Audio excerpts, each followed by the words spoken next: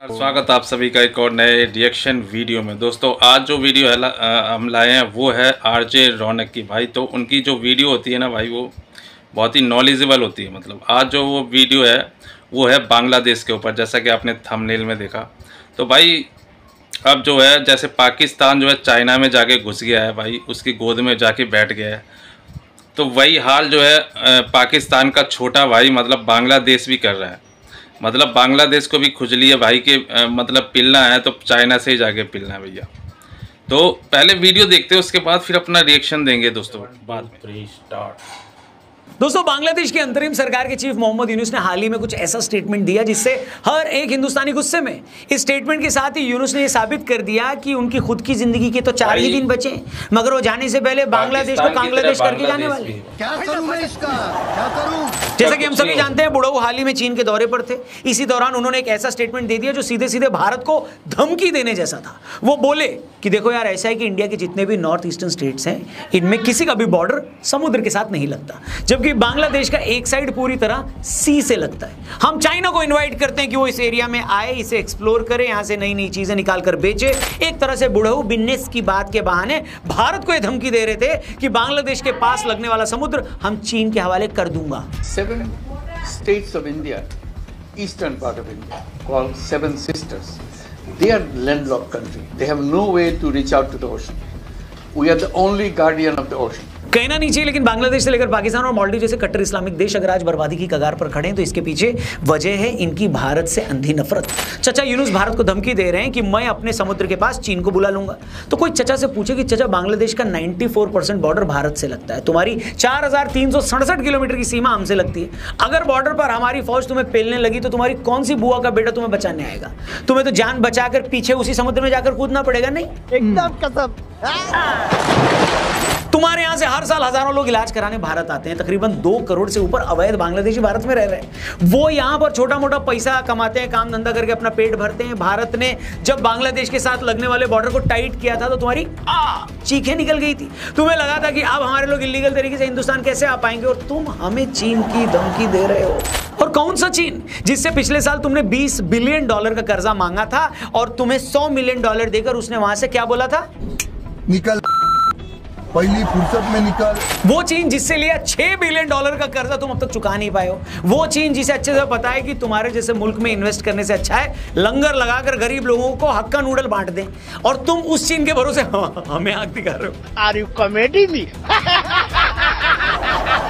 भूल गए कि इसी चीन के भरोसे मालदीव का राष्ट्रपति मोइजू भी हमें आंखें दिखा रहा था। इलेक्शन में इंडिया आउट के नारे दे रहे थे वो भाई साहब। मोदी जी ने सिर्फ एक बार लक्षद्वीप को क्या प्रमोट किया, आधे हिंदुस्तान ने मालदीव जाना बंद कर दिया। 10 दिन में उन्हें समझ में आ गया कि चीन की चमचागिरी तो ठीक है, मगर मालदीव में धंधा तो भारत की वजह से आना है। उसे 6 महीने में ये बात समझ में आ गई थी, लेकिन आपको अभी भी नहीं आ रही है।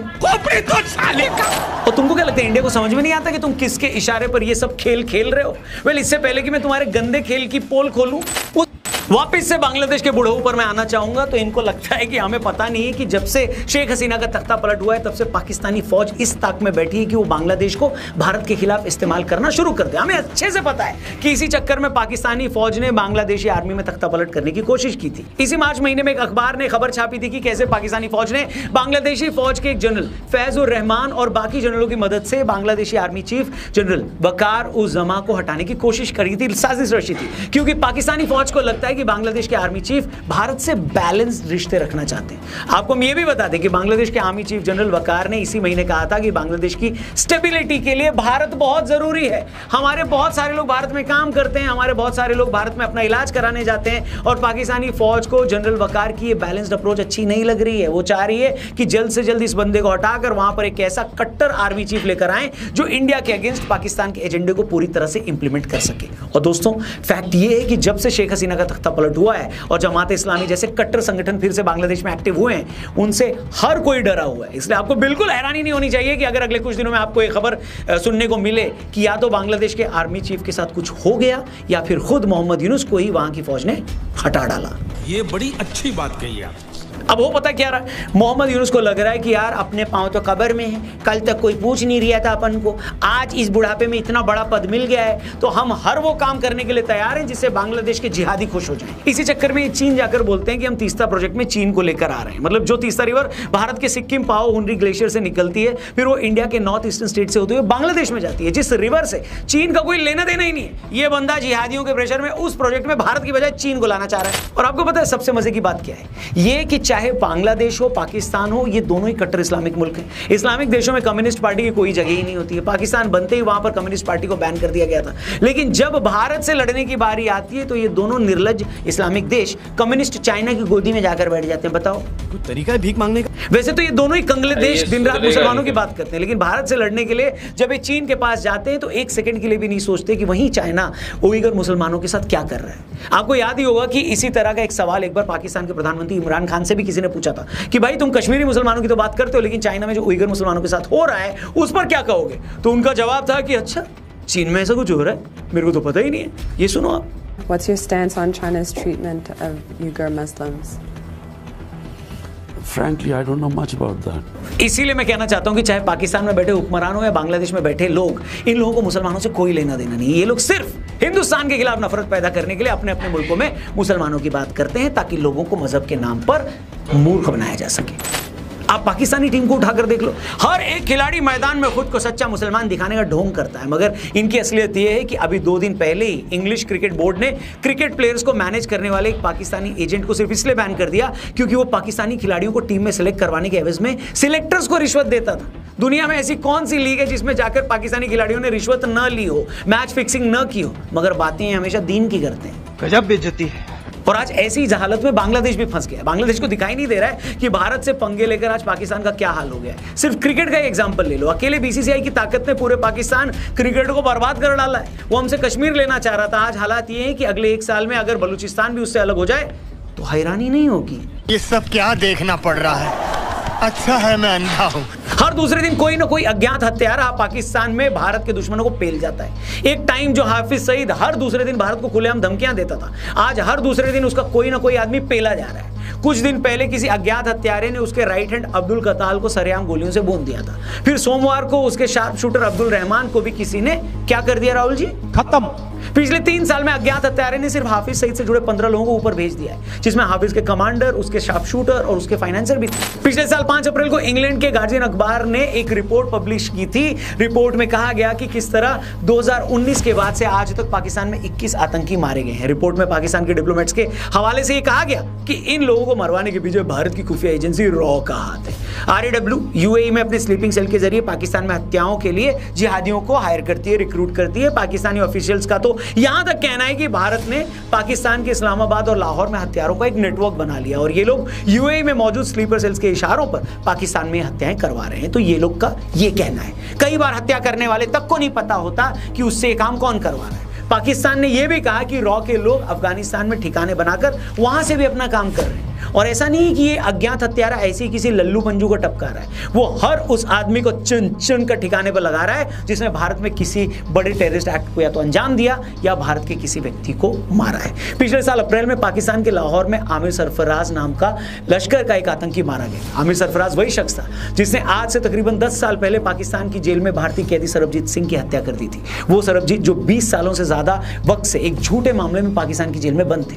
वो सरबजीत जिनकी रिहाई के लिए भारत के प्रधानमंत्री तक ने पाकिस्तान के प्रधानमंत्री से बात की थी। वो सरबजीत जिन्हें जेल से बाहर लाने के लिए उनकी बहन ने दिन रात एक कर दिया था। और जब लग रहा था कि शायद वो जेल से बाहर आ जाएं, पाकिस्तानी खुफिया एजेंसी ISI के इशारे पर आमिर सरफराज ने जेल में बड़ी बेरहमी से उनकी हत्या कर दी। फिर ऐसा लगा कि शायद सरबजीत के परिवार वालों को कभी इंसाफ नहीं मिल पाएगा, मगर जैसा कि कहते हैं ना कि ऊपर वाले के घर देर है अंधेर नहीं है, यमराज की शक्ल में मोटरसाइकिल पर आया एक अज्ञात हत्यारा उसको उसी के घर में, किसको? सरफराज को उसी के घर में टपका के चला गया। उसे कुछ महीने पहले पाकिस्तान के कराची में धार्मिक नेता मौलाना रहीमुल्लाह को औरंगी टाउन इलाके में अज्ञात लोगों ने गोली मारकर उनकी हत्या कर दी। तारिक लगातार भारत के खिलाफ तकरीर करता था, मगर उसे मारने आए अज्ञात हमलावर ने उसे मारने से पहले उसे कोई तकरीर नहीं सुनाई, सीधा गोली मार दी। इसी तरह नवंबर महीने में अकरम खान और ख्वाजा शाहिद नाम के 2 आतंकी भी पाकिस्तान में मारे गए। ये दोनों भी अज्ञात हमलावर के हाथों शहीद होकर बाली उम्र में ही इस दुनिया से रुखसत हो गए। ख्वाजा शहीद ने 2018 में भारतीय सेना के एक टेंट पर हमला भी करवाया था, जिसमें 7 फौजी शहीद हो गए थे हमारे। मगर नवंबर में अज्ञात हत्यारे ने इसका भी गेम बजाकर इसे बेदर्द जमाने से मुक्ति दिला दी। अभी तो रुको, क्लाइमैक्स अभी बाकी है। इस तरह के एक नहीं, पाकिस्तान में ऐसे दर्जनों केस और हैं। इसके अलावा माननीय अज्ञात हत्यारे ने कनाडा में निज्जर जैसे खालिस्तानियों का जो गेम बजाया है ना, उसकी स्टोरी तो मैं सुना भी नहीं रहा हूं, मगर मुझे हैरानी ये होती है कि ये सब बातें बांग्लादेश के 250 साल के बुढ़ऊ मोहम्मद यूनुस को समझ नहीं आ रही, दिखाई नहीं दे रही। हम ये नहीं बोल रहे कि इसमें भारत सरकार का कोई रोल है ना, मगर इससे ये तो पता चलता है ना कि भारत के चाहने वाले इतने हैं कि वो दूसरे देशों में बैठे हमारे दुश्मनों को भी नहीं छोड़ते। और इससे मेरा ये मतलब नहीं है कि यूनुस साहब का कोई कुछ कर देगा, नहीं। मैंने ना ऐसा बोला ना मैंने ऐसा सोचा, मैं सिर्फ देश की ताकत बता रहा हूँ। भारत कितना ताकतवर है, भारत से टकराकर पाकिस्तान का क्या हश्र हुआ है सबके सामने। भारत का बुरा चाहने वालों का वो बेचारा माननीय अज्ञात हत्यारा क्या हश्र करता है ये भी सबके सामने है। बावजूद इसके यूनुस साहब कुछ सीखने को तैयार ही नहीं है। और चाचा, जिस चीन को तुम भारत से उलझाने में लगे हो ना, उस चाइना और भारत के बीच सालाना बिजनेस 117 अरब डॉलर का है। और तुम्हारी औकात है कि तुम चीन से 2 अरब डॉलर उधार मांग रहे हो। चीन से बड़ा व्यापारी ना पूरी दुनिया में कोई नहीं। तुमने एक बार अगर उसे अपने घर में घुसा लिया ना, तो वो तुम्हारे कच्चे बेच तक कर खा जाएगा, तुमको पता भी नहीं चलेगा। दूसरी तरफ भारत से भिड़ने पर चीन का क्या हश्र हो सकता है, ये चीन को गलवान के बाद अच्छे से समझ में आ गया। इसलिए तुम्हें अगर लगता है कि तुम हमें चीन की धमकी देकर अपनी औकात बढ़ा लोगे, तो इससे बड़ी गलतफहमी और कुछ हो ही नहीं सकती। इसलिए अभी भी टाइम है चाचा, समझ जाओ। तुम्हारा क्या, साल 6 महीने में टपक जाओगे, दुनिया से निकल लोगे, पीछे से तुम्हारा बर्बाद मुल्क हमसे भिड़ने के चक्कर में और बर्बाद हो जाएगा। बाकी आप लोग, हेलो, जो लोग ये वीडियो देख रहे हैं, आपको क्या लगता है क्या करना है फिर यूनुस का? जो भी आपकी ओर राय कमेंट करके हमें बताएं। वीडियो सही लगी हो तो भाई वीडियो ख़त्म हो गया। और वीडियो देखकर भाई मुझे ये पता लगा कि भाई जो वो कहावत है ना भाई कि कुत्ते को घी हजम नहीं होता, तो वही वाली बात है बांग्लादेश की और पाकिस्तान की। तो अब पाकिस्तान और बांग्लादेश एक हो गए, क्योंकि अब ये दोनों जो है भारत को अपना दुश्मन मानते हैं। तो अब पाकिस्तान और बांग्लादेश दोनों भाई भाई बन गए भाई, एक छोटा भाई एक बड़ा भाई। और अब अपना बाप बना रहे हैं भाई ये चाइना को। पाकिस्तान ने तो पहले ही चाइना को बाप बना रखा है, अब जो है बांग्लादेश भी गया है अपने बाप के पास कि भैया हमें देखो, हमें पालो, और जो चीनी चाय की पत्ती जो भी तेल वेल वगैरह है वो सब हमें दे दो भैया। इनको ये हजम नहीं होता भाई कि इनको फ्री में जो चीज़ें मिलती है ना भारत से, इनको हजम नहीं होता भाई। और पैसों में भी जो व्यापार होता है ना, तो इनसे पैसा भी नहीं लिया जाता, ज़बरदस्ती नहीं की जाती। जबकि चाइना से जब ये लेंगे ना, तब इनको पता चलेगा भाई आटे दाल का क्या भाव है। जब चाइना जब उंगली करेगा ना, डंडा करेगा, तब इनको पता चलेगा भाई। तो मुझे ये बुढ़ा जो है, क्या नाम है इसका, यूनुस नाम है, तो इसके पास भी दिमाग नहीं है भाई। ये भी पाकिस्तान की तरह हो गया है। पाकिस्तान ने भी भारत से दुश्मनी की और आज उसका ये हाल है। जबकि जब भारत से दोस्ती थी तब इसके बहुत ही अच्छे हाल थे। इसकी जो जीडीपी थी भाई वो भारत से भी ऊपर जा रही थी, मतलब अच्छे दिन चल रहे थे। अब उसके भी बुरे दिन चल रहे हैं, अब इसका भी बुरा दिन आने वाला भाई बांग्लादेश का, क्योंकि ये भैया चाइना के पास जा रहा है। चाइना एक भी चीज़ सुई भी फ्री में नहीं देता है। तो अब बांग्लादेश का भी वही भिखारिस्तान वाला हाल होगा भाई, ये भी दूसरा भिखारिस्तान बनेगा। जबकि इसके हालात जो है ना, पहले पाकिस्तान से अच्छे थे। इसका जो पैसा था वो टका जिसे बोलते हैं, वो पाकिस्तान के पैसे से अच्छा था। अब देखना इसका हाल क्या होगा भाई। अभी धीरे धीरे हाल बेहाल हो रहा है, वो धीरे धीरे पता चलेगा। अभी ये चाइना के पास गया, फिर पाकिस्तान के पास गया भाई, तो अब इसका हाल अब वही होने वाला भाई। भारत ने जो इसको इतनी चीज़ें फ्री दी है, लाइट वगैरह हर चीज़ फ्री देता है भाई, अब इसको हजम नहीं हो रहा है ना। कुत्ते को, वही वाली बात है, कुत्ते को जो है घी हजम नहीं होता, वो कहावत अब सच होने वाली है। तो आपका इसमें क्या कहना है भाई, अपनी राय ज़रूर दें भाई, कमेंट करें। और चाइना और पाकिस्तान अभी और ये बांग्लादेश, अब ये भाई तीनों इन्होंने तिकड़ी बना ली है भाई। अब चाइना इस पर क्या रिएक्शन देता है भाई, वो इसको कितना मानता है, क्योंकि भाई छोटा सा देश है ये बांग्लादेश। और इसके साथ जो भी सबसे ज़्यादा जो बॉर्डर शेयर होता है वो ना, वो होता है भाई भारत से। और थोड़ा सा जो निकलता है इसका अलग, जो वो समुंदर की तरफ है, तो चाइना की तरफ है लगभग, तो वहाँ पर निकलता है। तो अब ये चाइना को अपना दोस्त बना रहा है भाई, क्योंकि इधर से तो भाई ये चाइना आ नहीं सकता, समंदर के रास्ते ही चाइना आ सकता है, जैसा इनका देश का बॉर्डर है। चलिए आपका क्या कहना है कमेंट हमें ज़रूर करें। चलिए मिलते हैं आपसे एक और नेक्स्ट वीडियो में, तब तक के लिए आप सभी को जय हिंद जय भारत।